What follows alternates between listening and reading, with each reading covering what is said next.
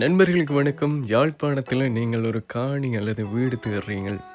அதுவும் ஒரு அருமையான இடத்துல, அமைதியான சூழல்ல, அதுவும் நல்ல ஒரு ஆலயத்துக்கு அருகில அல்லது டவுனுக்கு கிட்டவா, எதுவா இருந்தாலும் நீங்கள் காணி தேடுறீங்கள், வீடு தேடுறீங்கள் என்றால் இந்த காணி, வீடு உங்களுக்கு பொருத்தமானதாக இருக்கும்.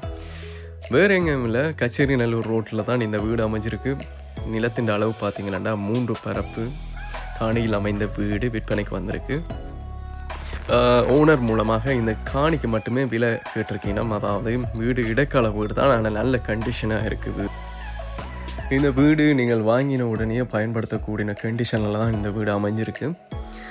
அது மட்டும் இல்லாமல் இந்த காணிக்கு மட்டுமே ஓனர் மூலமாக விலை கூறப்படுகிறது. இந்த காணியின் விலை பார்த்தீங்கன்னா டோட்டலாக 3 பரப்பு இருக்குது. ஒரு பரப்புக்கு உரிமையாளர் மூலமாக கூறப்படுற விலை பார்த்தீங்கன்னா 2,80,00,000, அதாவது 280 லட்சங்கள் இலங்கை ரூபாயில் கூறப்படுகிறது. அப்படி என்ன 3 பரப்புக்கும் என்ன விலை வருமானு நீங்களே கால்குலேட் பண்ணி பார்த்து தெரிஞ்சு கொள்ள முடியும். அது மட்டும் இல்லாமல் இந்த வீடு என்னென்ன விஷயங்களுக்கு பயன்படுத்தலாம்னா, நீங்கள் என்ன விஷயத்துக்கு பயன்படுத்தலாம் ஏனென்றால் அசஸ் அப்படி இருக்குது. பார்த்தீங்கன்னா கச்சேரி நல்லூர் ரோட்லேருந்து 2வது காணியில் அமைஞ்சிருக்கு இந்த வீடு. நீங்கள் ஹோட்டல்கள் அமைச்சு கொள்ளலாம், அல்லது இந்த வீடு முன்னால் இருக்குது பின்னால் இன்னொரு வீடு அமைச்சு கொள்ளலாம், அல்லது இந்த காணியை வாங்கி நீங்கள் 2ஆக பிரித்து 2 வீடுகளும் அமைச்சு கொள்ளலாம்.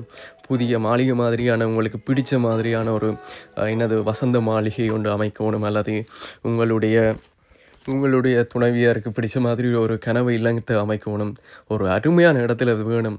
அதை என்ன சொல்கிறது, ஒரு முதலொண்டு பூடைக்குள்ளே அது ஒரு சரியான இடத்துல கொண்டு போய் போடணும் என்று ஆசைப்படுறாக்கள், அல்லது ஒரு ஹோட்டல் ஒன்று அமைக்கிறதுக்கு ஆசைப்படுறாக்கள், அல்லது ஒரு ஃபுட் சிட்டி வியாபார தலங்கள் அமைக்கிறதுக்கு ஆசைப்படுறாக்கள். எந்த விஷயத்துக்காக இருந்தாலும் இந்த இடம் உங்களுக்கு சூட்டபுளாக இருக்கும். உடனடியாக எங்களுக்கு தொடர்பு கொள்ளுங்க. இது பிகே ரியல் எஸ்டேட்.